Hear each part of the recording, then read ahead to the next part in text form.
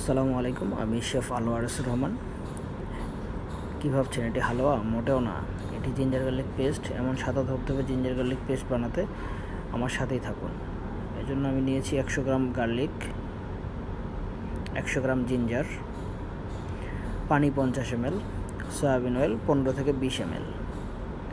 দিয়ে দিচ্ছি ব্লেন্ডারে গার্লিক, জিঞ্জার,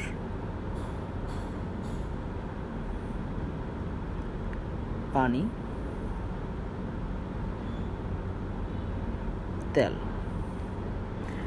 তেল পানি দিয়ে যখন আমরা এটাকে ব্লেন্ড করব, এটা প্রিজারভেটিভের মতো কাজ করবে তেলটা এখানে। এবং এই পেস্টটি আপনি প্রথম দিন যেভাবে বানাবেন, লাস্ট ডে পর্যন্ত সেম কালার থাকবে, সেম ফ্লেভার থাকবে।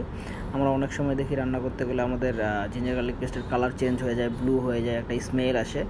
এটি কখনো এখান থেকে আসবে না। সামনে কুরবানির ঈদ, সব ভাবতেছেন ঈদের দিন এত কাজ কীভাবে করব। আপনারা এইভাবে জিঞ্জার গার্লিক পেস্টটি বানিয়ে ফ্রিজে রেখে দীর্ঘদিন ইউজ করতে পারবেন। এটি কখনো কালার চেঞ্জ করবে না এবং ব্যাড স্মেলও আসবে না এটা থেকে। কেমন লাগলো আমার ট্রিক্সটি কমেন্টস করে জানাবেন এবং শেয়ার করে আপনাদের বন্ধুদের দেখার সুযোগ করে দেবেন। Thank you.